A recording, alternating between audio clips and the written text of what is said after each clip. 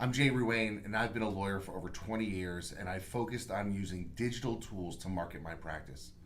In the last few years, social media marketing has matured, and many lawyers are reluctant to jump in because they've been burned before by vendors who promised the moon and delivered nothing. But I am here today to show you how social media will save your firm. Social is the biggest growing area of digital marketing, and return on investment can be 100 times compared to other forms of marketing, even online marketing. Every day, you and many you love spend hours and hours deep in the social feeds. Engagement on social is better than any other form of advertising. The feed is designed to pull you in and give you a dopamine rush every time someone likes, comments, or shares something that you post. And we are in a constant battle with ourselves to push out more and more to get that more engagement. One of the things that is great about social is that it is perhaps the lowest barrier to entry of all the digital marketing products. The platforms themselves are free. There are plenty of free resources to use to make your social marketing pop. And because it is essentially talking to people that we already know, it is very natural to post things in our own voice. You don't need to hire an expensive consultant or set aside hundreds or thousands of dollars to be able to compete in social media. And one of the things I like the best about social is that it can be accomplished in just a few minutes every day, not hours. You can literally post for about 5 minutes in the morning and then engage when you have some downtime or within 5 minutes at night, and slowly build up your existing network to think of you first when someone they know has a legal problem that you can solve. For lawyers reluctant to jump into digital marketing because they have been burned before by unscrupulous salesmen preying on your naivete, social media marketing truly is most like the traditional methods of marketing employed by lawyers over the last century or more. You see, if we were to jump right now into a time machine and go back to the 40s or 50s or 60s, the majority of lawyers got their cases from tapping their rich network of contacts to get referrals. Even today, referrals are still a key factor in client acquisition for most of us. Lawyers, for the most part, were some of the first social influencers, the people in their community that looked to them to be on local boards, political office, and charities. Our role as lawyers has always been to connect with people and offer knowledge and guidance. It is natural to look to lawyers as social connectors, and we do it every day naturally with cross referrals to other lawyers in other concentrations. If you think about your best clients and your best cases, I would hazard to bet that your absolute best cases have come by way of a personal relationship of some kind. That's one of the reasons why each person comes to a seminar. They want to meet new people, talk about their practice, learn something, and see how you can help others. At the end of the day, humans are tribal animals and want to help each other, and utilizing social media using effective technology to remain in contact with our extended network. I myself have 4 little kids at home. I just don't go out much. I try to stay connected, but even longtime friends who I live geographically close to but cannot see regularly, I can stay in touch with them via social media. And the wonderful thing about social media is that by using it, you can become the person who people know, like, and trust, and want to send business your way. And that's the goal of all of us every day who want to be the best at our craft. We want people to know us, to like us, and to trust us, because you might be the best lawyer, but if nobody knows you, you starve. Now, too many lawyers focus on the short game, thinking that if they throw money at something, it is going to solve their problem. Lawyers focused for years on Yellow Pages ads and then added Google pay-per-click. The problem with both is that they did nothing to build a brand or reputation that people can rely on. The Yellow Pages and pay-per-click are simply just advertising to very hot leads in different formats. People who need a lawyer right now, they need a solution, and you become the fungible solution. And as we know from Yellow Pages and now pay-per-click, the cost of getting leads from these hot lead sources is expensive. And when the buyer of your services thinks of you as fungible, the only way to compete is on price. And that's a losing proposition for all of us, including the client, because they can't afford the defense that they truly need. At the end of the day, putting all of your eggs into the basket of hot lead purchasing is going to cost you much, much more than cultivating an audience that already knows you, likes you, and trusts you, and wants to do business with you. There will always be someone else to do it cheaper, and there will always be someone willing to spend more to get that lead. Essentially, you get squeezed from both sides. And when you're in the middle, you're not in a good place. Now, let's look at my own practice.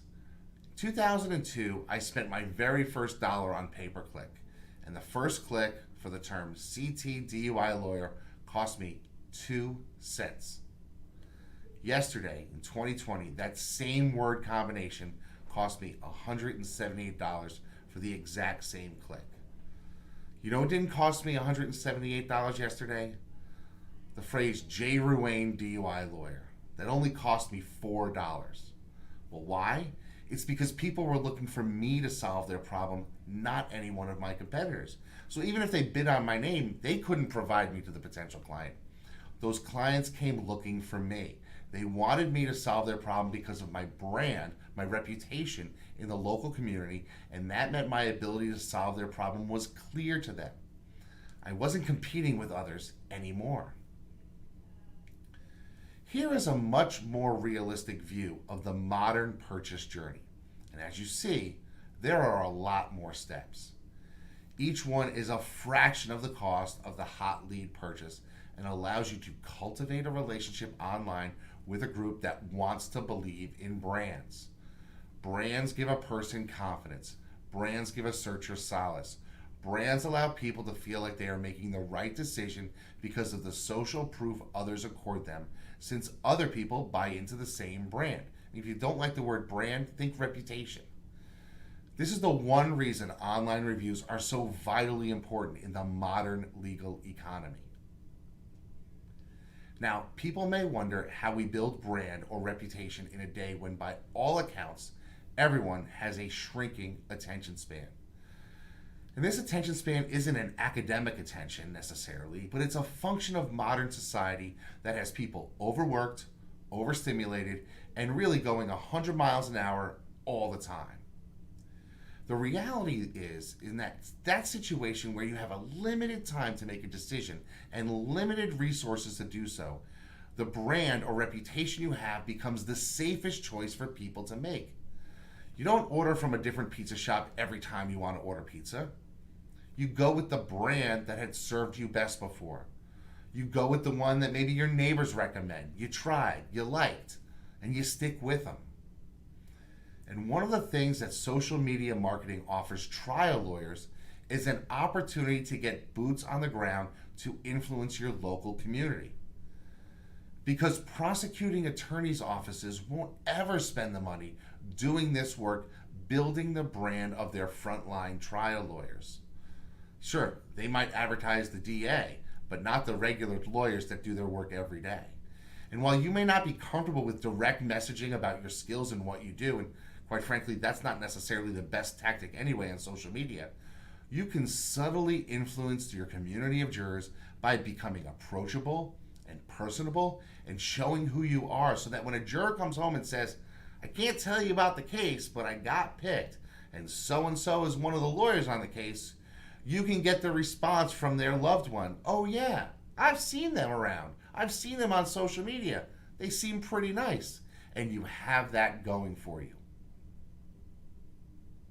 At the end of the day, with every marketing tactic, you should heed this message. Because by doing so, you put yourself in a position to always be remembered. How many of us have run into someone they know and haven't seen in a while and have been told, "Oh, darn, I forgot you were a lawyer. My so-and-so needed a lawyer for almost exactly what you do, and we didn't know where to send her, so she just Googled someone." By having a strong social presence and connecting with your network, you can avoid this terrible thing from happening to you ever again. Remember, studies show that people need to see you 9 to 12 times before they remember you.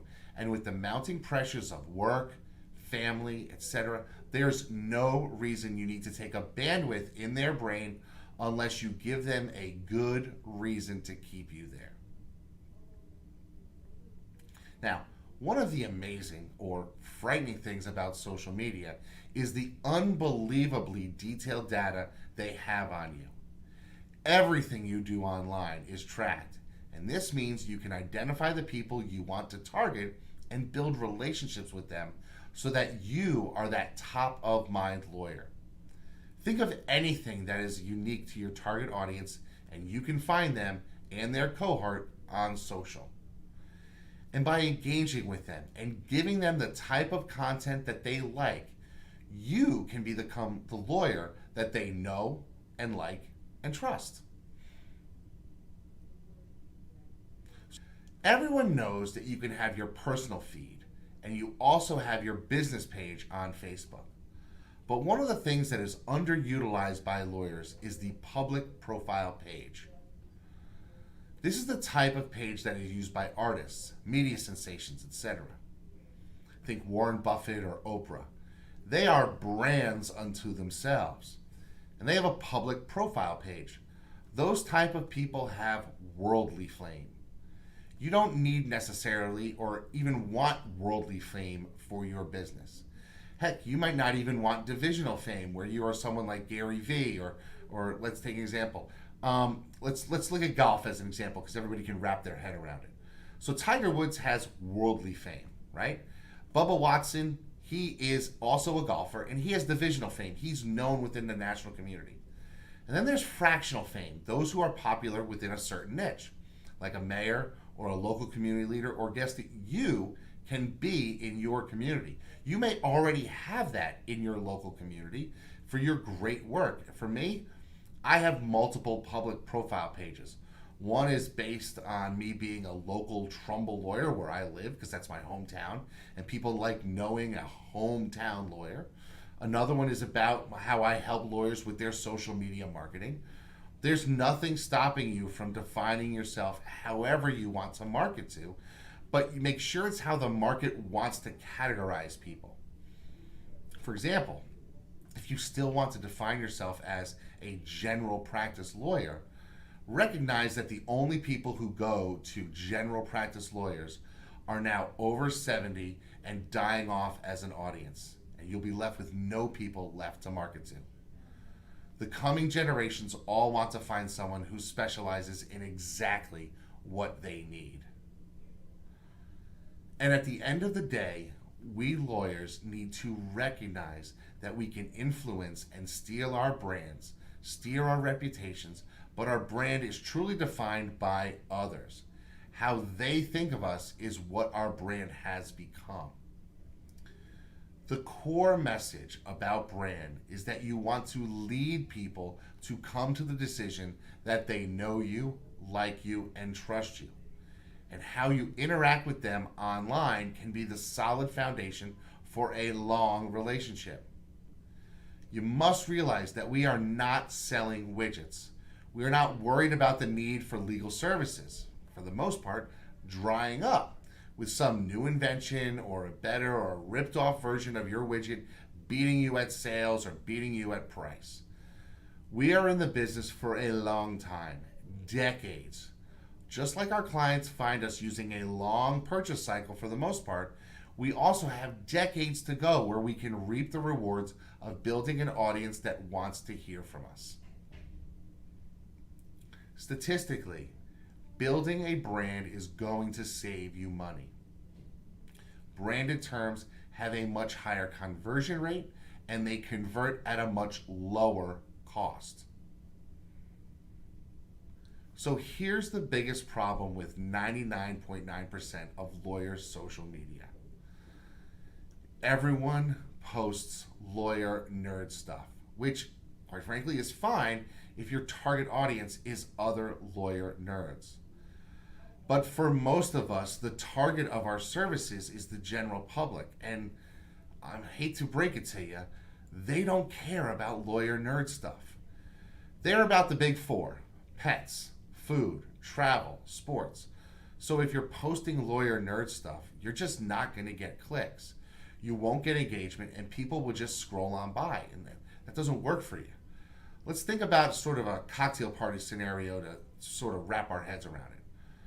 You're at a cocktail party and different people have found themselves in different rooms, all talking, having fun, enjoying each other. Then out of nowhere, someone walks in the door and just starts talking over everyone in the room. He's an insurance salesman talking about life insurance and passing out his card to everyone. And he isn't really talking to the people in each group, he's really sort of talking at them. Bouncing to the next group as soon as he's done with his little spiel. You're in the kitchen, you can hear it in the other room. You're talking about whatever it is that matters to you at this time, and he sort of bounds in, drops a bunch of cards on the table in front of all of you, tells you to call him if you ever need insurance, and then bounces out. Chances are, even if you needed insurance right then, you probably wouldn't pick up his card and take it off the table. He made no attempt to even connect with you. Now, let's think of how you could rework that in the cocktail party scenario to make it your practice coming up naturally. And in reality, this is what we do every day, right? So you're in the cocktail party, you're there, people in different rooms, you're sitting at the table, and this time you are talking at the table, and the topic of a recent criminal case in the news comes up. You share your opinion, you give it context, you draw some examples so that they can understand. And guess what? The next time the rest of those people at the table are in need of a lawyer, you might spring to mind. And with an effective social strategy, you can make sure that you do spring to mind. We connect with people first, then we discuss business. So 8 out of every 10 posts on social media should be about stuff that people like to talk about. I tell people, follow the 80-20 rule. 80% of normal, interesting stuff, and at max, 20% self-promotion. And what do people like to do most on social media? They love to give their opinions. Remember, we're lawyers. People pay for our opinions. We fight about them all the time. But 99% of the public works drudge jobs, and no one ever asks for their opinion. They come on social to escape their lives and want to believe they have an opinion that matters. So let them by giving them something that they can discuss. First, remember the big four. Use a content calendar. It's only 5 minutes a day, but you do need a system. Because if you don't do it, it's like saying you're going to go to the gym and working out one random time a month. You just won't get results. Organic reach for the most part is down, but there are some tricks to get the best bang, right? 2, remember you can use demographic targeting. If you do divorce work, you should not be targeting single people. 3, sponsored promotions on Facebook and other social platforms are huge. You can build your brand or reputation on Instagram. You can engage with people on Facebook. You can connect with people on Twitter. And finally, number 4, you always have to believe that your perfect client has not yet heard your message and keep pushing. See how far deep you can go to find your ideal client. Take time to develop 2 to 4 images of them. Name them. Talk about their interests. Even for criminal cases, you can target people on social by targeting the people who care about them. Criminal clients tend to think they are bulletproof. That's why they take those chances, because they don't think they will ever get arrested. But you know who does think they might get arrested? The people who care about them. And you can find those people and show your value to those people and be hired for the criminal when you have social proof. Now, there's two ways to do this. Find the people who know something disinterested people would not know, or use interest to identify messages that are likely to get clicked on. And this is the biggest thing that I can talk to you about. Beyond your firm, be able to have an audience that knows you, likes you, and trusts you. We'd like it to be different, and we work hard to be at the top of our craft. But there is a reason why big advertisers are known. Coca-Cola has a larger market share than you ever will. But you can own your local, and it can serve you for decades. Become the best known in your neighborhood. You don't need to be national or even regional to win this game. At the end of the day, people truly want to connect with people. People want to connect with people that they know, they like, and they trust. And seeing the person looks approachable is the very first step for that. Knowing you have shared interests, that the lawyer isn't scary and intimidating is important. If somebody has a legal problem that they can't solve, it is intimidating to call a lawyer. They know we're smart. They know we're expensive. They know their future lies in our hands. And at the very end, if you do it right, you will become the go-to person they will look to, and you will reap the rewards. Remember, this is most like what we do as lawyers and have done for years, and you can use it to save your firm.